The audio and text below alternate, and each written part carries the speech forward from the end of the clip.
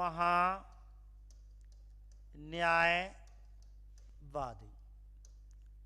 इस टॉपिक को पढ़ना है। ठीक है, और इसके बारे में भी प्रश्न आते रहते हैं।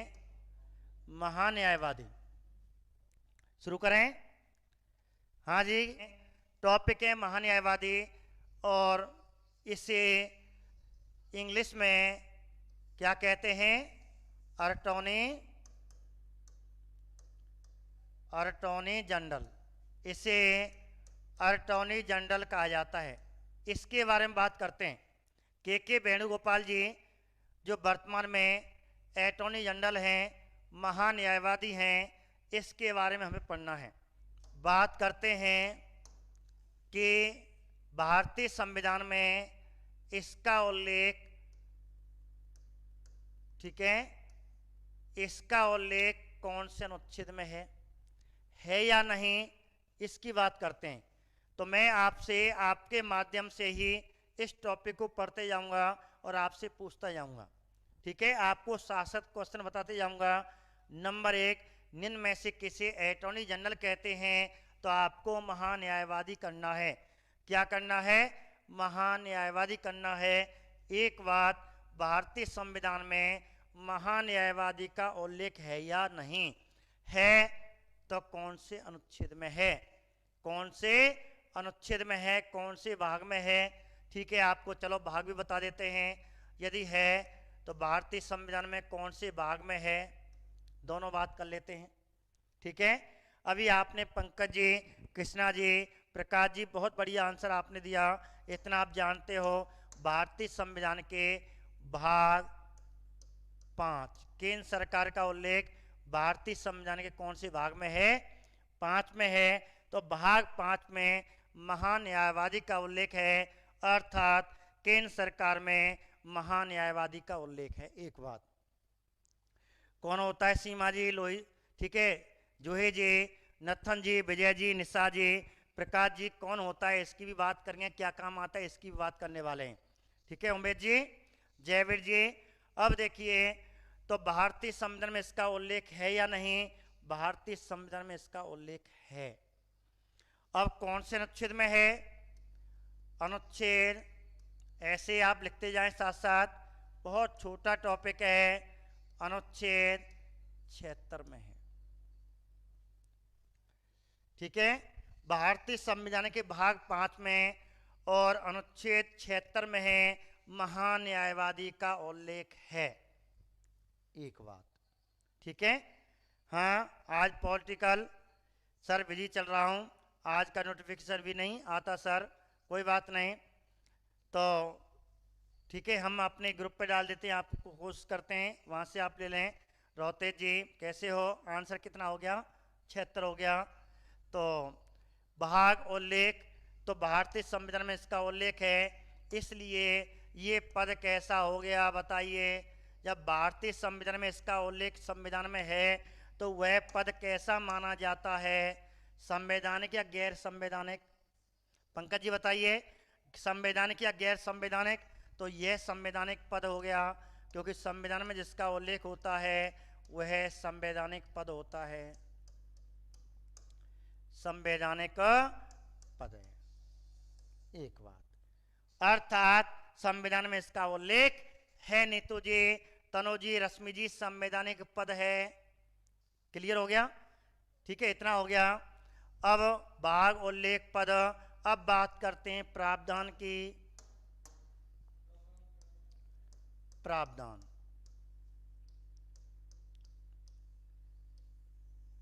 ये किस देश से लिया गया है? तो मेरे मित्रों, मैं आपको यहाँ बताना चाहता हूँ, पहले हमने कुछ लिखाया, लेकिन ये मत रखें आज जो हम लिखा रहे हैं उसको ही प्रमाण माने। ये क्वेश्चन आता है कि महान्यायवादी का पद किस देश से लिया गया, तो ध्यान रखें, महान्यायवादी का पद शब्द का उल्लेख है प्रकाश जी, बैंसला जी, रश्मि जी, विजय जी, तनु जी, कनाडा से लिया गया। ठीक है, सीमा जी, निशा शर्मा जी। तो ध्यान रखना, जो प्रावधान की बात आ जाए, देखो शब्द और जो प्रावधान है,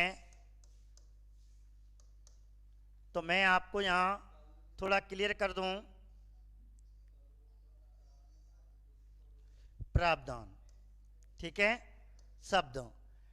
तो जो महान्यायवादी का अटॉर्नी जनरल जो शब्द है वह तो ब्रिटेन से लिया गया है, पहली बात तो ब्रिटेन, ठीक है। तो यहाँ हाँ जो पहले थोड़ा सा मिसप्रिंट था, यहाँ मैं आपको सही करा रहा हूँ, इसी को सही माने बार बार, ठीक है। मैं आपको कनाडा है मैंने लिखाया था, लेकिन जो आज के प्रावधान है उसको मैं देख करके बता रहा हूँ, उस समय जो हमसे मिस्टेक हुई वो अब ना हो, क्योंकि आगे पेपर में आ जाए, ठीक है। सुषमा जी इंग्लैंड है, तो शब्द भी ब्रिटेन से लिया गया है। और कहते हैं, लेकिन सबसे पहले जो उल्लेख पूछे हैं कि महान्यायवादी का सबसे पहले उल्लेख कौन से एक्ट में हुआ, एक भी ये भी क्वेश्चन आता है। महान्यायवादी का उल्लेख सबसे पहले कौन से एक्ट में हुआ, और ये शब्द कहाँ से लिया गया है, ब्रिटेन से लिया गया है, ध्यान रखना एक बात, ठीक है, लिया गया है। और इस महान्यायवादी अटॉर्नी जनरल शब्द का सबसे पहले उल्लेख कौन से एक्ट में मिलता है, 1909, 1919, 1935, 1947, ऐसे आपको 4 एक्ट आएंगे। अब बताइए आंसर क्या करोगे। सुषमा जी बताइए को लेकर के, एक्ट आपने सही बताया, और तो ये 1935 एक्ट में सबसे पहले आया था, ठीक है।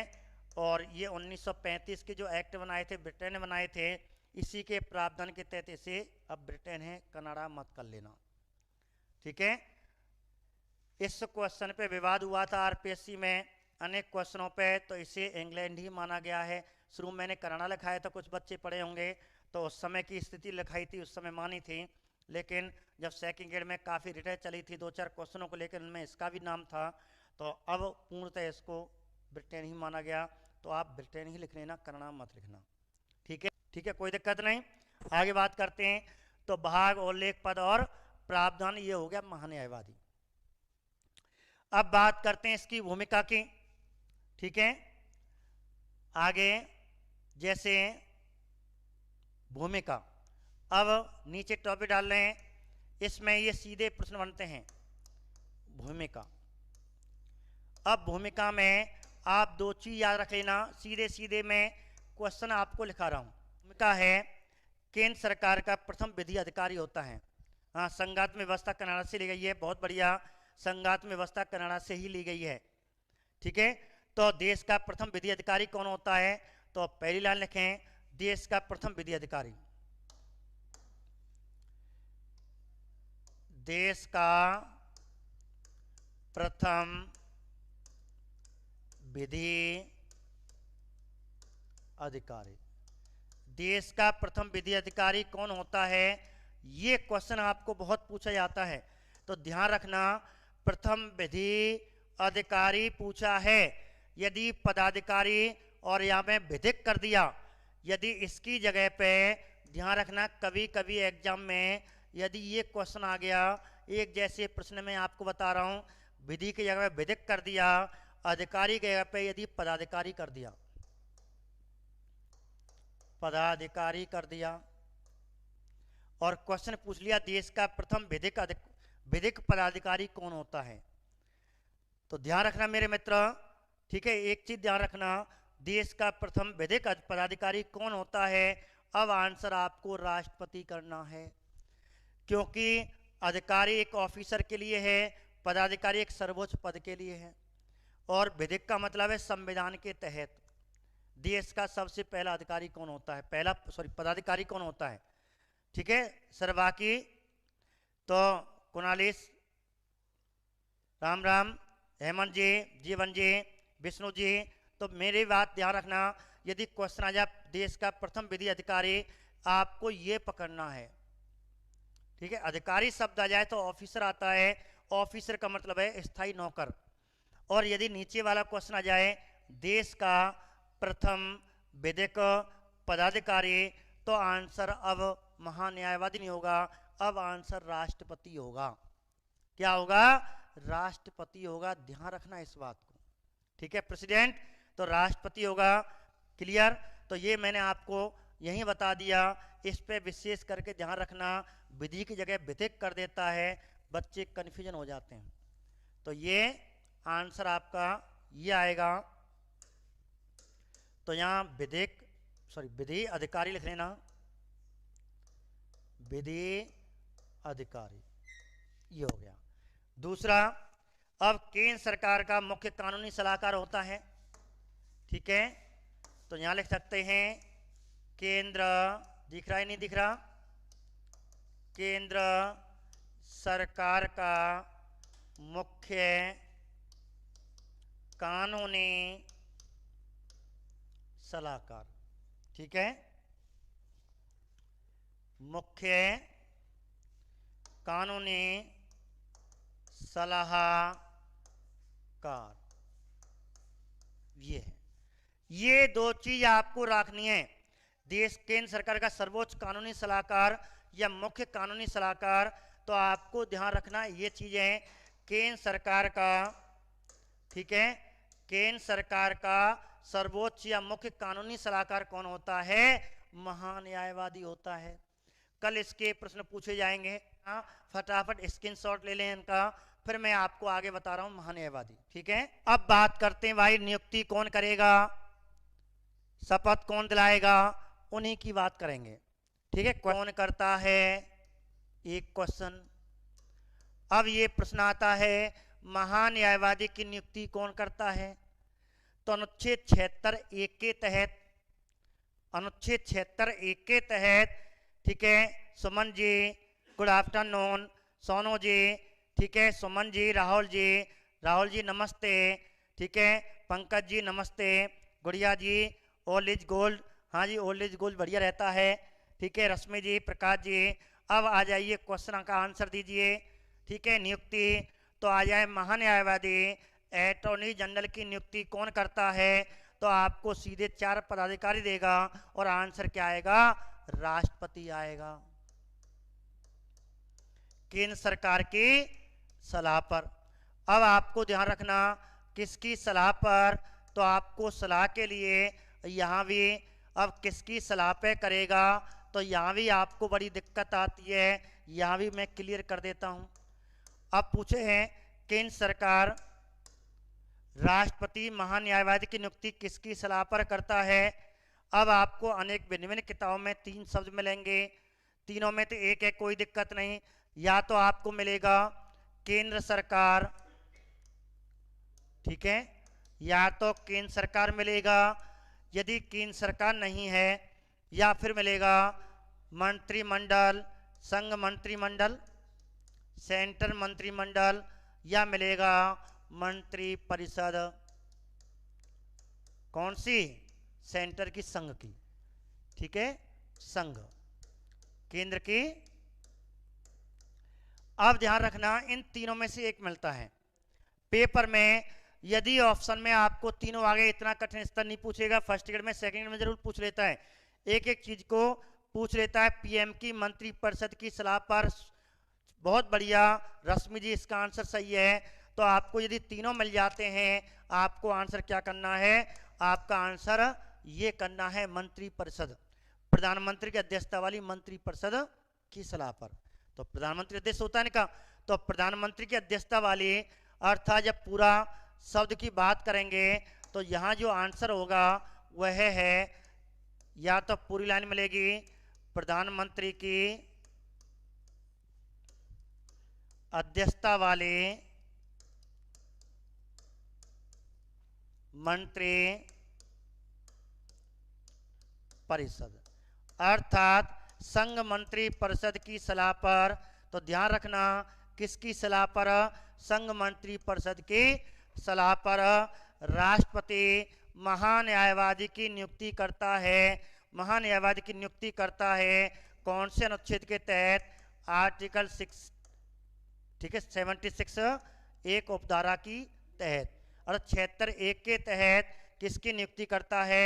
तो ध्यान रखना मंत्रिमंडल आ जाए, केंद्र सरकार आ जाए, मंत्रिपरिषद, तीनों में आ जाए। जब आपको विवाद उत्पन्न हो जाएगा, जब आपको आंसर ये करके आना है संघ मंत्रिपरिषद की सिफारिश पर। ये बात सही है, फैक्ट है तीनों में एक आया, कोई दिक्कत ना है। परेशानी कब हो जाती है, अब तीनों आ जाते, मंत्रिमंडल आ जाता, केंद्र सरकार आ जाती है, मंत्री परिषद, तो आप मंत्री संघ मंत्री परिषद कर देना। वो कमेटी जाने क्या निर्णय देगी, कमेटी इसी पे पहुंचेगी। जैसे मैंने कनाडा ब्रिटेन वाला प्रावधान बताया था, अंत में वो कहाँ पहुंच गई, ब्रिटेन पे पहुंच गई। तो ये तो विवाद है, होता रहेंगे, आगे क्वेश्चन क्लियर है, लेकिन यहाँ मैंने आपको क्लियर बताया मंत्री संघ मंत्री परिषद की सिफारिश पे ही महान्यायवादी की नियुक्ति करेगा शैलेंद्र जी, बहुत बढ़िया। ठीक है, रश्मि ने आंसर सही दिया, पूरी भाषा दे। अब नियुक्ति हो गई, अब नियुक्ति के बाद करेंगे, नियुक्ति के बाद शपथ कौन दिलाता है।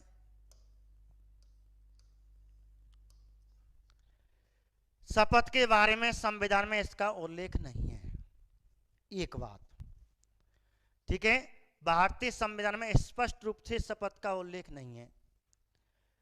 ठीक है, लेकिन तब भी आपको प्रावधान आपको 4 अधिकारी देगा, तो आप यहां लिख सकते हो पूर्णतः स्पष्ट उल्लेख नहीं। पहली बात तो पूर्णतः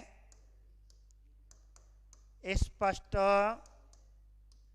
उल्लेख नहीं है, लेकिन तब भी पेपर में यदि 4 पदाधिकारी दे दिए तो इसको शपथ कौन दिलाता, देश का मुख्य न्यायाधीश, राष्ट्रपति, उपराष्ट्रपति, जो भी है। ठीक है, संविधान में पूर्णतः इसका स्पष्टीकरण नहीं है, अर्थात संविधान का कोई उल्लेख नहीं है। लेकिन भारत सरकार ने कह दिया, परंपरा जोड़ दी, परंपरागत का मतलब है संविधान से हट करके जोड़ दिया, इसको जो शपथ दिलाएगा वो राष्ट्रपति दिलाता है वर्तमान में, परंपरा के रूप से। संविधान में ऐसा कोई प्रावधान नहीं है, लेकिन परंपरा के तहत कह दिया ठीक है भाई राष्ट्रपति शपथ दिलाएगा। तो आपको राष्ट्रपति निष्ठा की, पद और निष्ठा की शपथ दिलाता। रश्मि जी आपने सही कहा।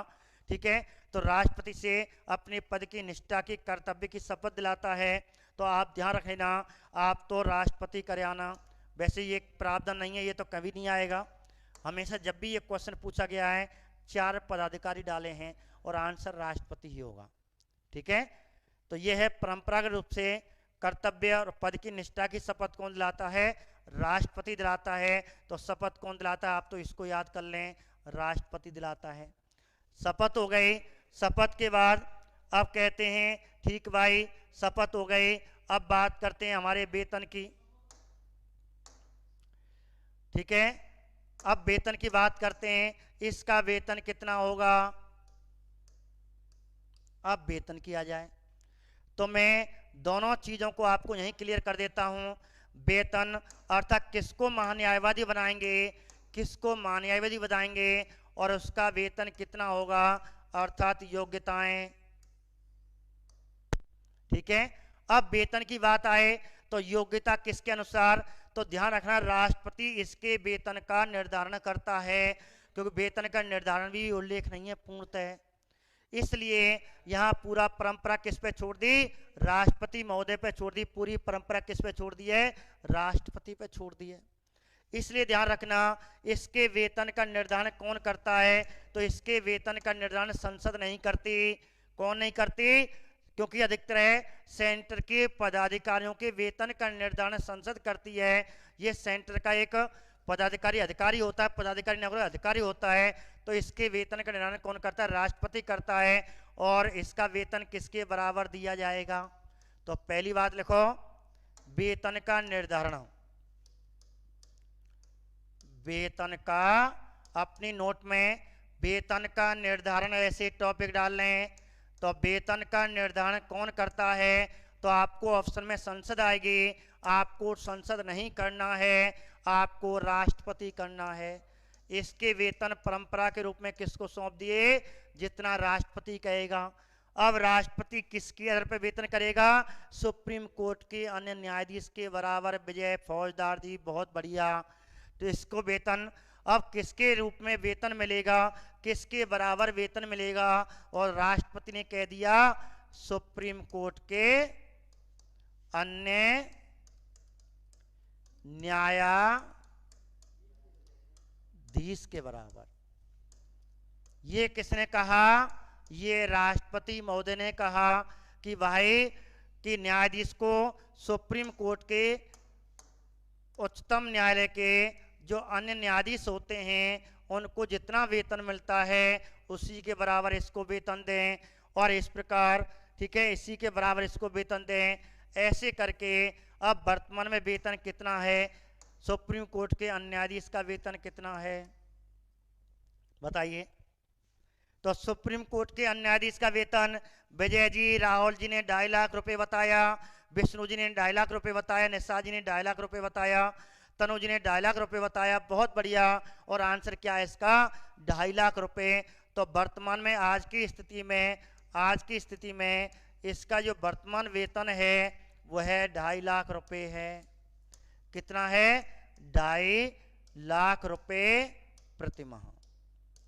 ठीक है, 2.5 लाख रुपए प्रति माह इसे वेतन दिया जाता है।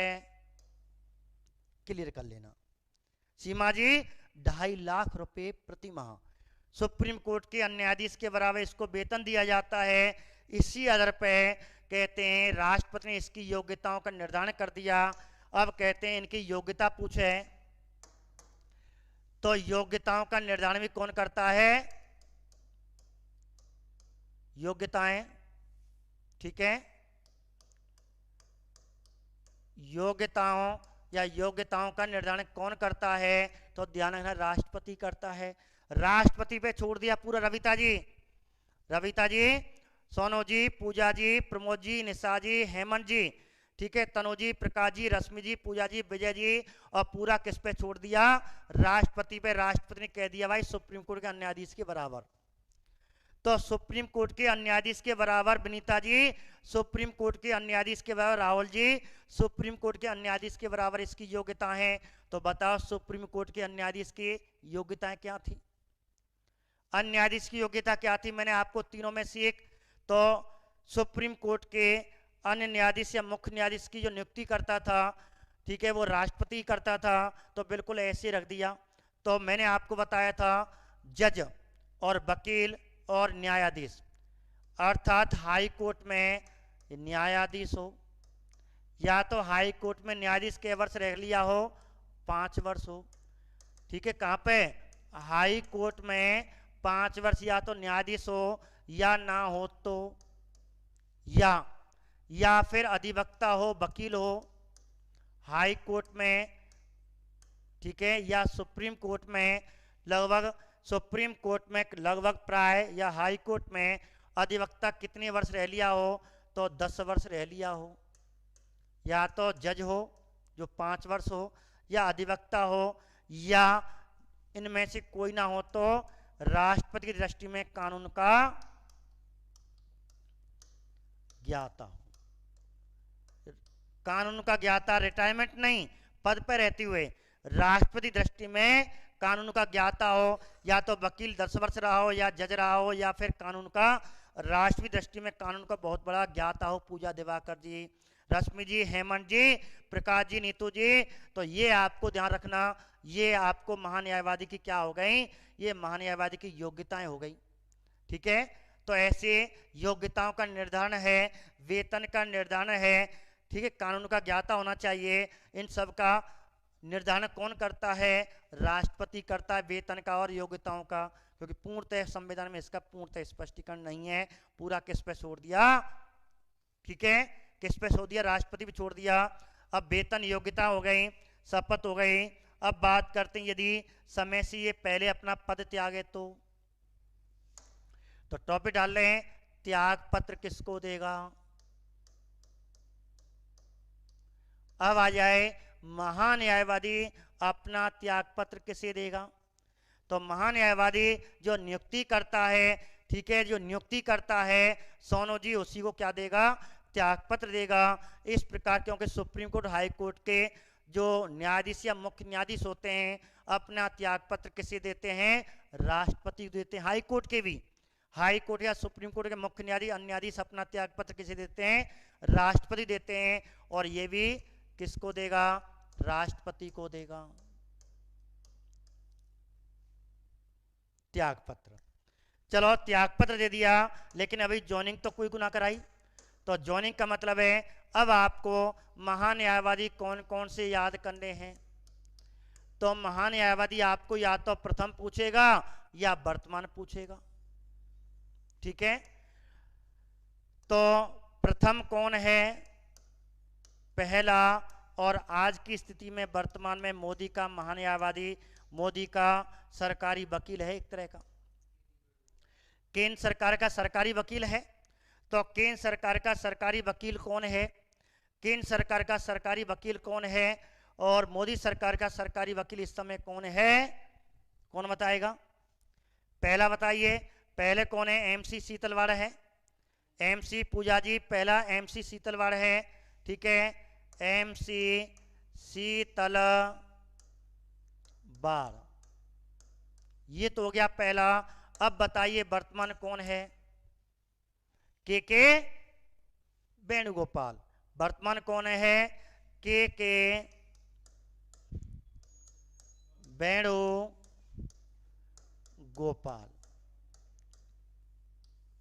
क्योंकि सेंट्रल सरकार चेंज ना भाई। और ये कौन से नंबर का है? ये 15वें नंबर का है। कौन से नंबर का? ये 15वें नंबर का। मोदी जी भी 15 नंबर के प्रधानमंत्री हैं और ये भी 15 नंबर का महान्यायवादी है। एक बात के वेणुगोपाल जी हो गए। अब बात करते हैं, कहते हैं संसद में इसको कौन सा अधिकार है और इसकी शक्तियां, दो चीज और याद कर लेते हैं, ठीक है। हाँ, इसका सहायक भी होता है, सॉलिसिटर जनरल, सहायक अधिकारी। तो चलो सहायक अधिकारी भी बता देते हैं, ठीक है, शायद पूछ ले। तो इसका सहायक अधिकारी कौन होता है? महान्यायवादी का सहायक अधिकारी कौन होता है?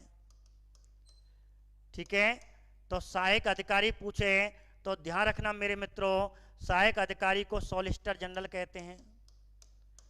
सॉलिसिटर जिसे कहते हैं, सॉलिसिटर या सॉलिसिटर जनरल।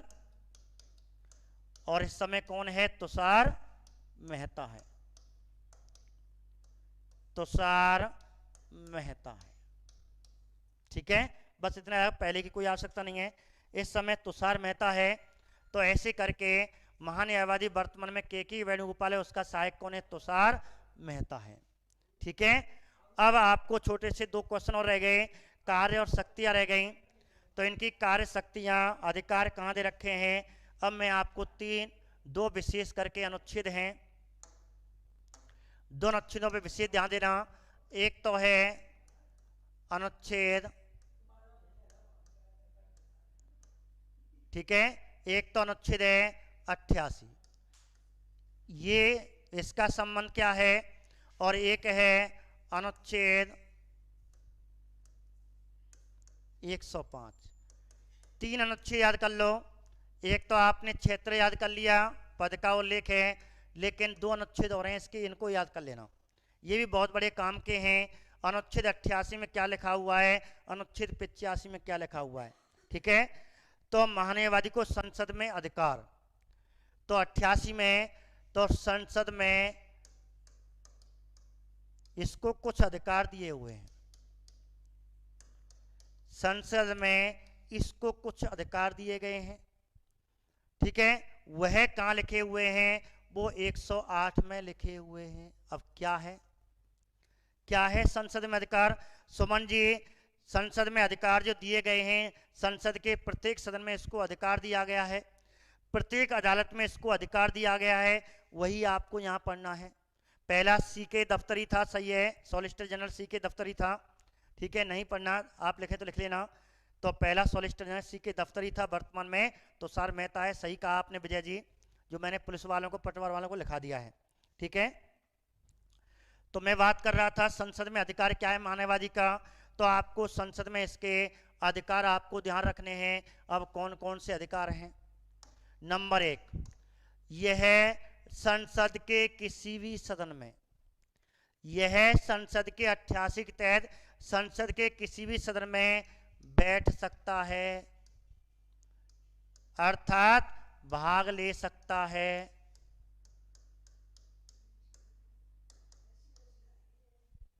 बोल सकता है। मोदी के विरोध में कोई गाली देगा, मोदी के विरोध में कुछ कहेगा, राहुल भैया शांत कर देगो, ठीक है। बैठ सकता है संसद के किसी भी सदन में, राज्यसभा या लोकसभा हो, और देश के किसी भी सदन में, विधानमंडल में भी जा सकता है, ध्यान रखना, देश के किसी भी सदन में, यहां तक संसद या लोकसभा हो या विधानमंडल हो, बैठ सकता है। भाग ले सकता है, बोल सकता है, लेकिन मत नहीं दे सकता। ध्यान रखना, महान्यायवादी को यह अधिकार दिया गया है, अनुच्छेद 88 के तहत संसद के किसी भी सदन में बैठ सकता है, विधानमंडल के सदन में भी जा सकता है, राजस्थान में भी अशोक गहलोत के सामने बैठ सकता है, बोल सकता है, नाश्ता पानी कर सके, दावत नहीं देगो, आजा खा ले और जा, बोल सकता है, बहस सकता है, बोल सकता है, ठीक है, अर्थात भाग ले सकता है, आराम से नाश्ता पानी मिल जाएगा, लेकिन कहते हैं इसको वोट नहीं दिया जाएगा, मत नहीं दे सकता। जब कोई विधेयक पर वोट डर रहे हो उस समय ये वोट नहीं देगा। क्यों? क्योंकि ये संसद का सदस्य, सदन का सदस्य नहीं होता। क्योंकि ये सदन का सदस्य नहीं होता इसलिए मतदान का प्रयोग नहीं कर सकता, लेकिन बोल सकता, भाग ले सकता, बैठ सकता है। तो याद रखना ऐसा कौन सा अधिकारी है? हाँ, किसी भी समिति का सदस्य बनाया जा सकता है। संसद का दूसरा है, जो संसद है, संसद की किसी भी समिति का, किसी भी स्थायी हो या अस्थायी हो, किसी समिति का इसे सदस्य बनाया जा सकता है। ये विशेष बात है, बहुत बड़ी, बनाया जा सकता है।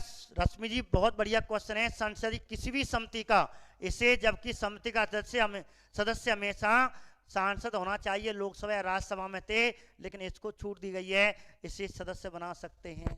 बस ये बोल सकता है, उसकी तरफ से जो भी मतदान कर सकता, मतदान नहीं करेगा, बाकी सब काम करेगा। एक बात।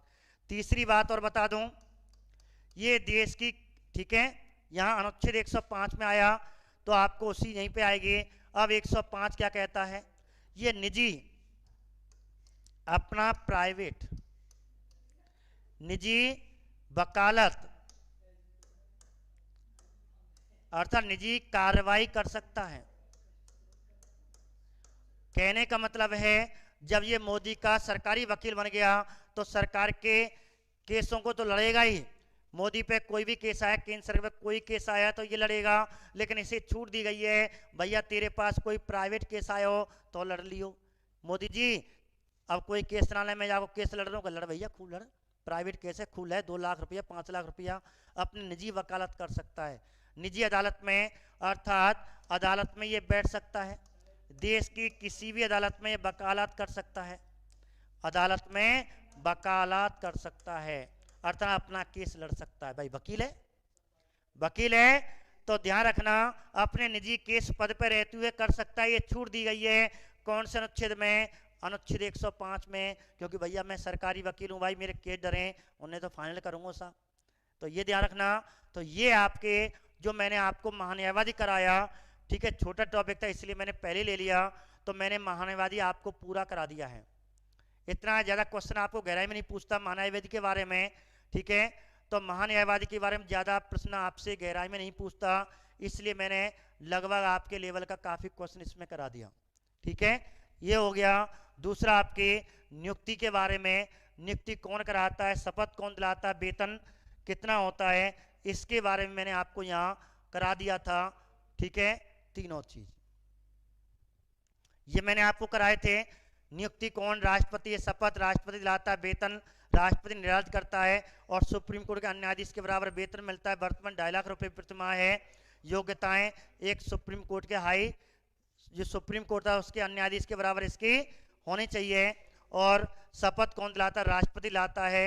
और महान्यायवादी वर्तमान में के वेणुगोपाल है, पहले MC शीतलवार थे। इसका सहायक अधिकारी तुषार मेहता होता है। और CK दफ्तरी पहला सॉलिसिटर जनरल है देश का। CK दफ्तरी देश का पहला सॉलिसिटर, और वर्तमान में कौन है? तुषार मेहता है। अनुच्छेद 88 में संसद के अधिकार दे रखे हैं। संसद में बैठ सकता है, संसद के किसी भी सदन में भाग ले सकता है, लेकिन वोट का अधिकार नहीं है। सदस्य का अध्यक्ष समिति का सदस्य बनाया जा सकता है। अनुच्छेद 105 के लिए निजी वकालत कर सकता, निजी कार्रवाई का संचालन कर सकता है। ठीक है, तो मेरे मित्रों कल तैयार रह जाओ। अब आपको पॉलिटिकल के धुआंधार ऑब्जेक्टिव चलेंगे। आपके केंद्र सरकार आपकी पूरी हो चुकी है, सुप्रीम कोर्ट हाई कोर्ट मैंने करा रखा है। एक बार सामान्यतः जब ऑब्जेक्टिव कराऊंगा सुप्रीम कोर्ट हाई कोर्ट के, जब मैं आपको उसके व्याख्यात्मक क्वेश्चन करा दूंगा, और अपनी नोटबुक में मैं अपने चैनलों पे उस वीडियो को डाल दूंगा, वहां से एंट्री कर लेना। ठीक है, कल तो आपके प्रधानमंत्री, मंत्री, उप प्रधानमंत्री और महान्यायवादी के ऑब्जेक्टिव क्वेश्चन चलेंगे। ठीक है, तो बस आज इतना ही। कल फिर आपसे मिलते हैं 3 बजे पॉलिटिकल में, 1 बजे अपने हिस्ट्री में। ठीक है, नमस्कार।